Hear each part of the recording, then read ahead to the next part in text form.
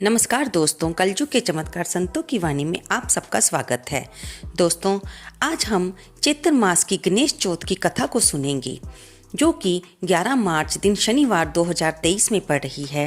दोस्तों, जो लोग भी गणेश चौथ का व्रत रखते हैं, उनको उस महीने के हिसाब से गणेश चौथ की कथा को अवश्य सुनना चाहिए, क्योंकि व्रत का पूर्ण फल तभी मिलता है कि जब आप गणेश भगवान की पूजा के साथ साथ उनकी कथा को भी सुने, क्योंकि इससे उनके इस व्रत के महत्व का पता चलता है कि कैसे भगवान गणेश अपने भक्तों की सभी मनोकामनाओं को पूर्ण करते हैं और उनके सभी संकट को हटते हैं। तभी तो इसे संकष्टी चतुर्थी व्रत कहा जाता है।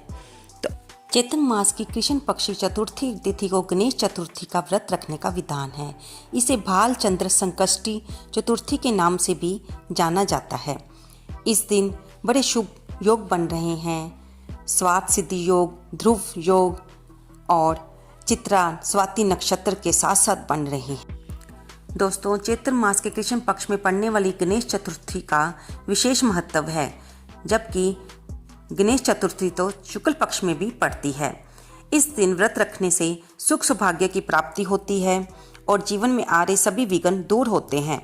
हिंदू धर्म में वैसे भी कोई शुभ कार्य करने से पहले भगवान गणपति जी का पूजन करना कार्यों में सफलता मानी जाती है। इस दिन नई बिजनेस की शुरुआत से लेकर घर और वाहन खरीदने का काम भी आप कर सकते हैं। अब जानते हैं इसकी पूजा विधि के बारे में और भगवान को क्या भोग लगाएं। गणेश चतुर्थी के दिन ब्रह्म मुहूर्त में उठकर सभी कामों से निवृत्त होकर स्नान आदि कर लें। फिर भगवान गणेश का स्मरण करते हुए व्रत का संकल्प लें। फिर उनके विधि विधान से पूजा करें, जल से आचमन करें, फूल माला रोली अक्षत दुर्वा आदि अर्पित करें।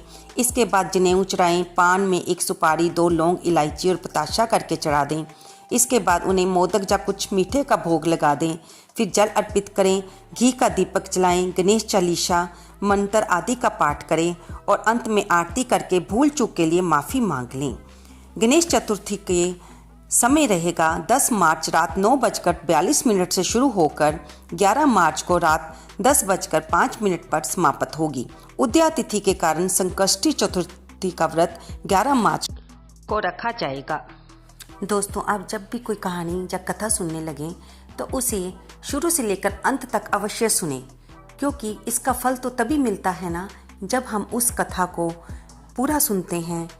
कई बार ऐसा होता है कि हम किसी मुसीबत में से, विपदा में से निकल रहे होते हैं, तो उस कथा कहानी से हमें प्रेरणा मिल जाती है कि हम ऐसा करें तो हमारे भी संकट हरे जाएंगे, या हम अकेले ही इस दुनिया में मुसीबत में नहीं हैं। हमारे जैसे लाखों लोग आज की परिस्थितियों से मजबूर होकर ज़िंदगी जी रहे हैं, लेकिन इसके साथ ही हमें उनके साथ रहते हुए ये मोटिवेशन मिलता है कि हम भी भगवान का नाम लेते हुए हिम्मत से इस ज़िंदगी को जिएं और अपनी ज़िंदगी को सफल बनाएं।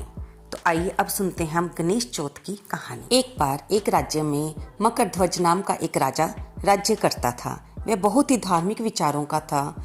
उसने हमेशा गरीबों की मदद की, अपनी प्रजा का बहुत ध्यान रखता था। समय आने पर, कोई मुसीबत आने पर वह दान के लिए अपने भंडारे खोल देता था, ताकि उसकी प्रजा को कोई भी दुख तकलीफ ना हो। आए दिन वह हवन यज्ञ भी करवाता रहता था, लेकिन उसके कोई संतान नहीं थी। तब वह अपने गुरु याज्ञवल्क्य के पास गया तो उन्होंने उसके एक यज्ञ करने को कहा। राजा ने पूरे मन से, श्रद्धा और विश्वास से यज्ञ करवाया और उस यज्ञ के परिणाम हेतु उसे एक सुंदर पुत्र रत्न की प्राप्ति हुई। राजा बहुत बुद्धिमान और समझदार था। उसने अपने राज्य का कार्यभार भी अपने एक विश्वस्त सेनापति धर्मपाल को सौंपा हुआ था और उस पर राजा बहुत विश्वास करता था। धर्मपाल राज्य का सारा कार्य देखता था। धर्मपाल के 5 बेटे थे और 5 बहुएं थीं, और उसकी जो सबसे छोटी बहू थी वह भगवान गणेश जी को बहुत मानती थी और हर महीने आने वाले गणेश संकष्टी चतुर्थी व्रत को रखा करती थी। उसकी सास उसको ऐसा करने से रोकती थी, क्योंकि वह समझती थी कि उसकी बहू कुछ जादू टूना करती है। उसे भगवान पर विश्वास नहीं था।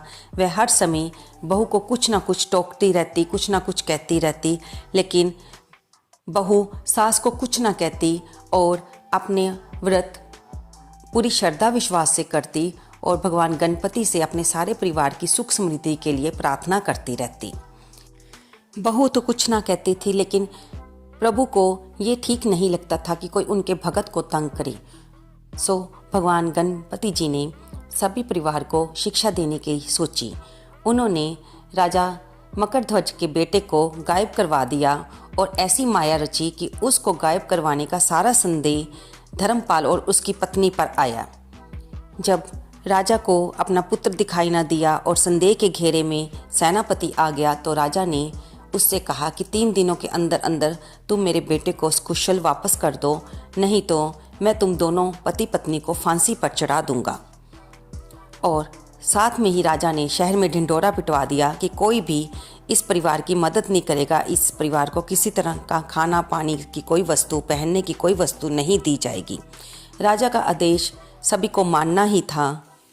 और इधर अब धर्मपाल का सारा परिवार बहुत ही मुसीबत में आ गया। सभी को सोच में पड़ गई कि हमने तो कुछ भी नहीं किया, लेकिन ऐसा क्या चक्कर चला कि राजा का हम पर ही संदेह हो गया।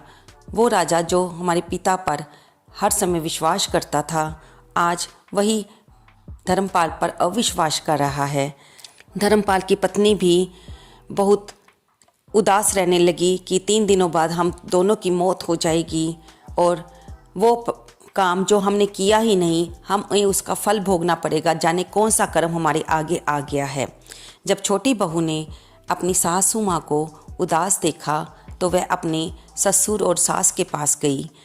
उसने कहा, माँ पिताजी आप किसी प्रकार की चिंता ना करें, कल गणेश चतुर्थी है, आप भी मेरे साथ उस व्रत को करें। भगवान गणपति सभी के संकट हरते हैं और आपके भी अवश्य हरेंगे, ये मेरा मानना है। तब सास ने कहा कि बहू हम जरूर ये व्रत करेंगे और अगर भगवान गणपति जी ने हमारे सारे संकट यानी कि इस भारी विपदा को दूर कर दिया तो मैं भी तुम्हारे साथ हर संकट चोट का व्रत रखा करूँगी। अगले दिन सारे परिवार ने छोटी बहू के साथ मिलकर गणेश चतुर्थी का व्रत रखा और ये वही दिन था जो कि चैत्र मास की गणेश चतुर्थी आती थी।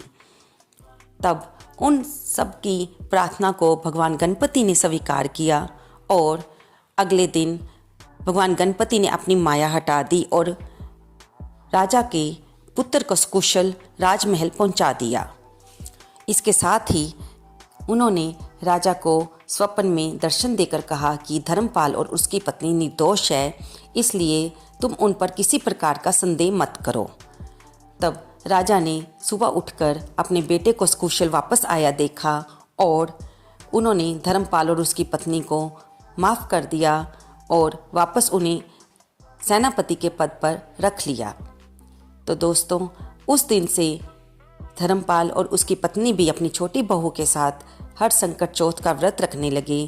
तो दोस्तों जैसे गणपति जी ने उनकी बाधा को दूर किया, वैसे ही वे अपने सभी भक्तों की सभी संकट को हरें। इस कहानी को कहते सुनते हुंकारा भरते हुए सभी भक्तों की झोली भगवान गणपति जी भरें, ये हमारी ऐसी प्रार्थना है।